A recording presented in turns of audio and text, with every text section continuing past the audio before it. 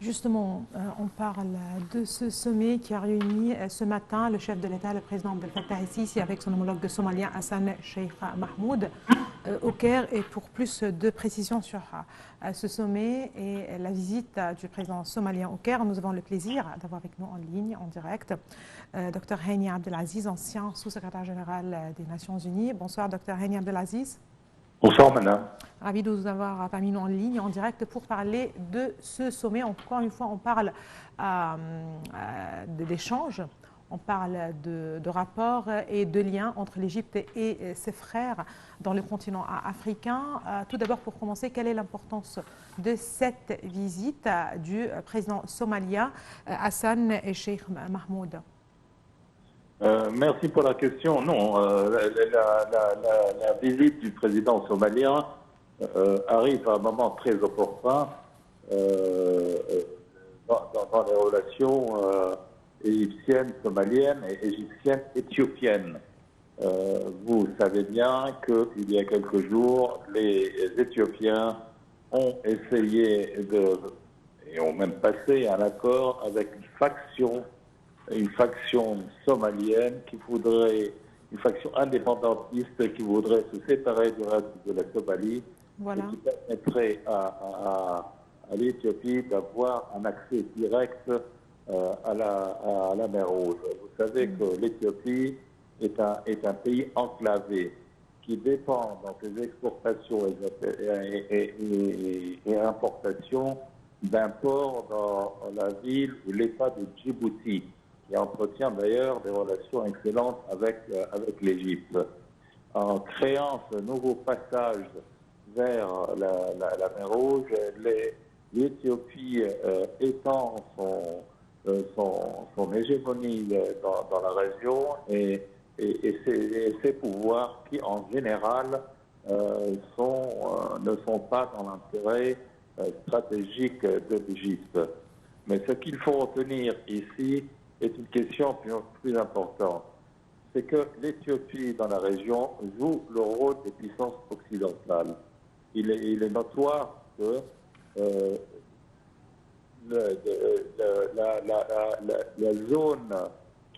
la zone pétrolière très importante qui sépare le Sud-Soudan du Soudan nord, du Soudan actuel, est contrôlée par les troupes éthiopiennes subventionnées, financées par les États-Unis et les puissances occidentales. Donc, cette percée vers la mer Rouge, à mon avis, à mon humble avis, je n'ai pas d'informations, mais je le pense, reçoit l'aval des puissances occidentales dans la situation actuelle qui sévit dans la mer Rouge. Donc la visite du président en Égypte, du président somalien en Égypte, est sûrement pour se concerter sur des étapes à prendre, éventuellement conjointement, pour éviter cette expansion géographique, stratégique de l'Éthiopie.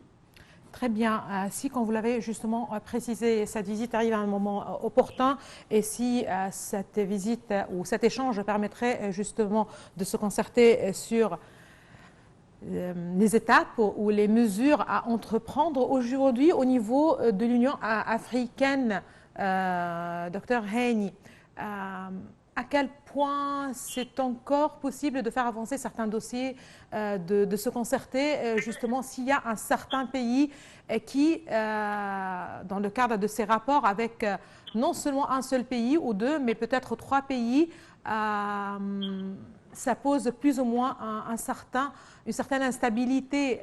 Est-ce qu'il y a ici un rôle que pourrait jouer aussi l'Union africaine ou ça doit rester au niveau bilatéral, justement, entre les pays et les chefs d'État? Oui, vous avez bien raison de soulever la question du rôle que pourrait jouer l'Union africaine dans la question, mais à titre personnel, j'ai été quelquefois déçu par les positions de l'Union africaine, dont le siège est à Addis Abeba en Éthiopie, oui.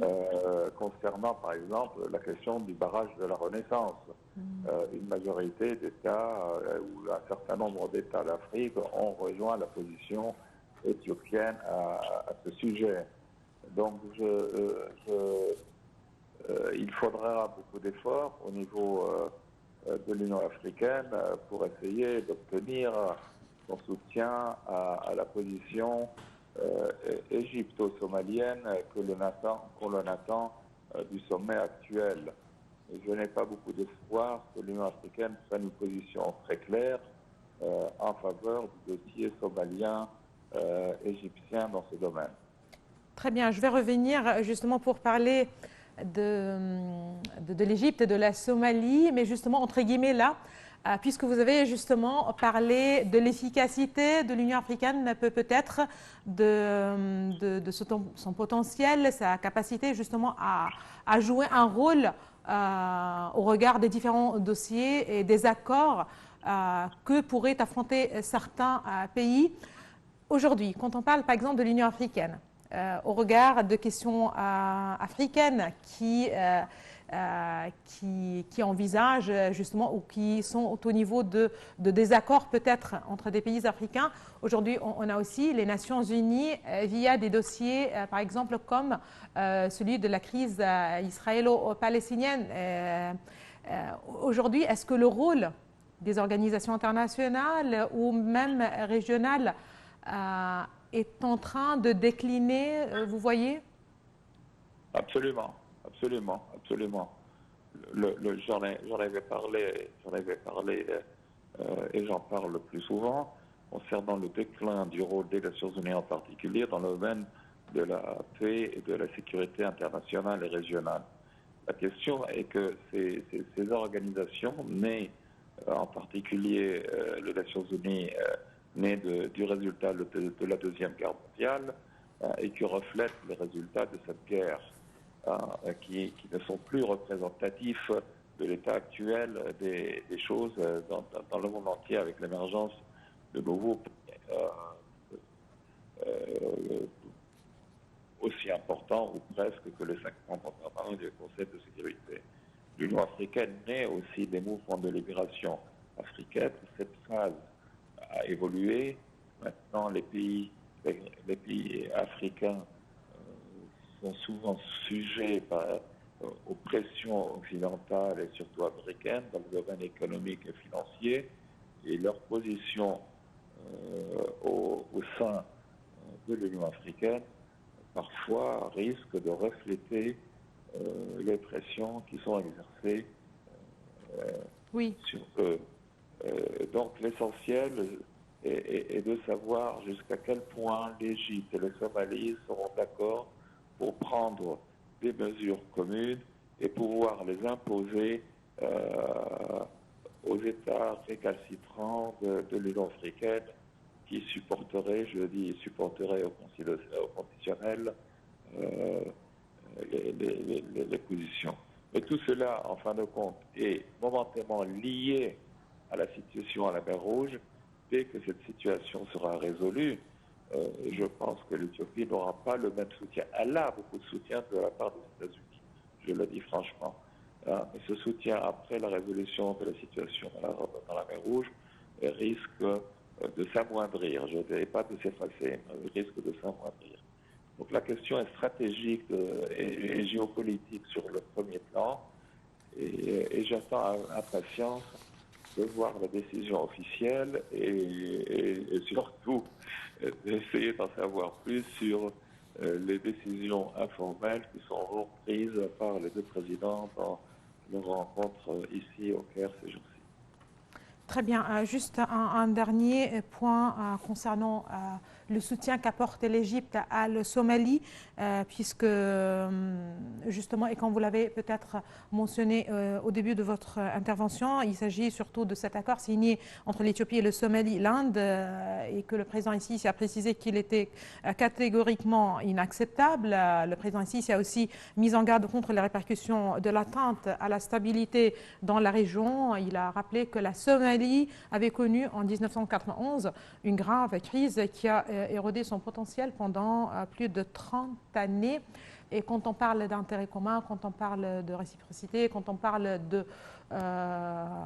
d'une certaine union ou position commune vis-à-vis des dossiers qui préoccupent les deux pays, est-ce que c'est aussi peut-être je ne sais pas, l'occasion, est-ce que c'est le cas aussi pour un soutien apporté par la Somalie à l'Égypte dans cette question liée au barrage de la Renaissance? Non, tu avais raison, non?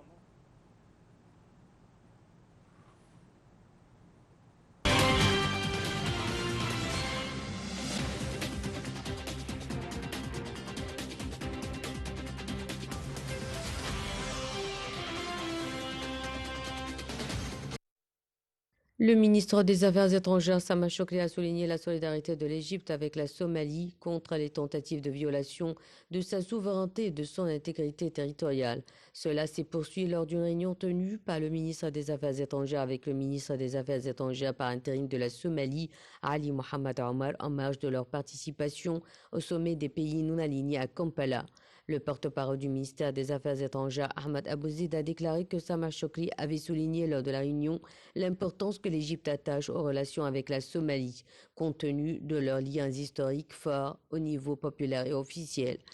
M. Shoukry a souligné la préoccupation de l'Égypte concernant la sécurité et la stabilité de la Somalie et sa volonté d'aider le pays à renforcer ses cadres nationaux, à mettre en œuvre ses plans de développement et à sauvegarder sa stabilité.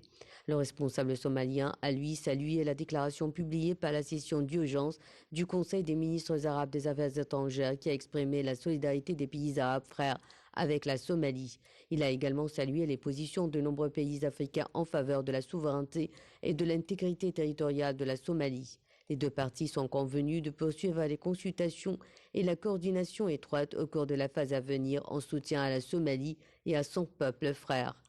Dans son discours au sommet du mouvement des non-alignés, le président somalien Hassan Mahmoud a rejeté toute tentative de l'Éthiopie d'annexer son territoire et a exhorté la communauté internationale à prendre des mesures pour garantir le respect de l'intégrité territoriale de la Somalie.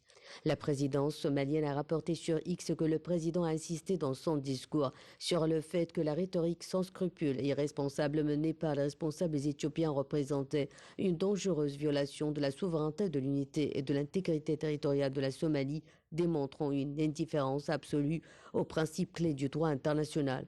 Le président a alors demandé au mouvement des non-alignés à l'Union africaine et aux Nations unies d'empêcher l'invasion éthiopienne du territoire somalien et de protéger le principe de souveraineté. Il a conclu que la communauté internationale devrait agir de manière responsable et protéger les principes de souveraineté et d'intégrité territoriale. Les déclarations du président somalien font suite à l'accord entre l'Éthiopie et le Somaliland signé le 5 janvier par le premier ministre éthiopien Abiy Ahmed et le président du Somaliland Muse Bihi Abdi. Le document permettrait à l'Éthiopie de louer pendant au moins 50 ans une partie de 20 km de la côte du Somaliland, lui permettant ainsi d'accéder aux activités maritimes et à la construction d'une base navale à Logaya dans la région d'Adal.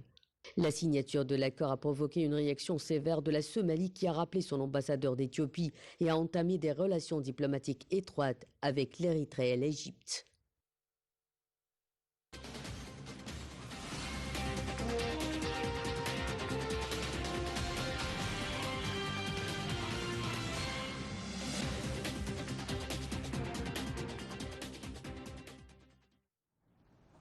Là, on a eu un petit problème technique et on n'a pas pu justement avoir Dr Hani Abdelaziz pour justement plus de précisions sur les relations égypto-somaliennes. Je rappelle justement aussi que c'était un commentaire encore une fois sur la solidarité qu'affirme l'Égypte avec la Somalie contre toute tentative de violation de sa souveraineté et de son intégrité territoriale. Justement, à présent, retour à Dr Hani Abdelaziz, ancien secrétaire général des Nations Unies.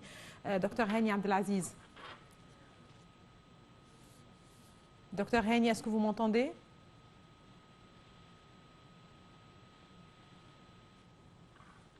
Dr Hani Abdelaziz, est-ce que vous m'entendez?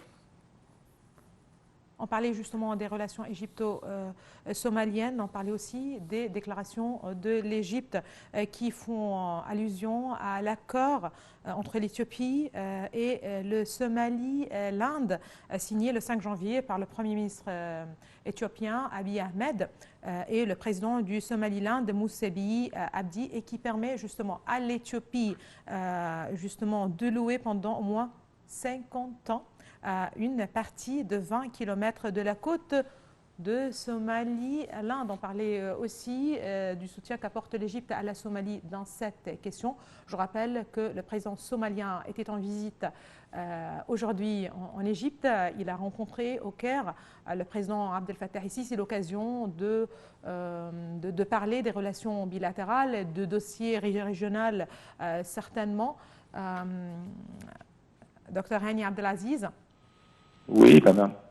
Voilà, vous êtes ancien sous-secrétaire général des Nations Unies. Merci justement d'être avec nous pour continuer justement sur ce point. Tout à l'heure, on parlait justement du soutien qu'apportait l'Égypte à la Somalie dans cette question. Et justement pour rappel, je rappelle que le président ici a précisé qu'il était catégoriquement inacceptable justement. Il évoquait l'accord signé entre l'Éthiopie et le Somaliland. Il a également mis la raison en garde contre les répercussions de l'atteinte à la stabilité dans la région. Aujourd'hui, quand on parle du soutien qu'apporte l'Égypte à la Somalie, est-ce que c'était l'occasion aussi de parler ou d'évoquer le barrage de la Renaissance et les répercussions justement de ce dossier, de cette crise actuelle entre l'Égypte et l'Éthiopie, avec la suspension des discussions, de tout dialogue justement concernant les points de désaccord, à savoir le remplissage et le fonctionnement du barrage de la Renaissance? Oui, c'est-à-dire, bien sûr, cette question sera probablement soulevée ou a été soulevée entre les deux présidents. Mais ce n'est pas le point primordial de la question. Ce n'est qu'un aspect, je ne dirais pas secondaire, pour l'Égypte, c'est le sujet principal. Hein. Mais pour la Somalie, le sujet principal est la tentative de diviser la Somalie en divers morceaux, si je peux m'exprimer ainsi. Mais les deux dossiers peuvent se rejoindre à un certain moment où il y a des intérêts réciproques, chacun de ce côté. Oui. La question est que l'Occident, à mon humble avis, supporterait la position éthiopienne d'avoir cette ouverture vers la mer Rouge, au moins pour l'instant, étant donné, je dirais, la soumission totale de l'Éthiopie aux agendas américains et occidentaux dans la région. Très bien. Merci beaucoup à vous. Merci de vos précisions. Dr Hani Abdelaziz, vous êtes ancien sous-secrétaire général des Nations Unies. Merci à vous. Et là, on enchaîne avec le Premier ministre, ou plutôt le ministre... le chef de la diplomatie, le ministre des Affaires étrangères, Sameh Choukri.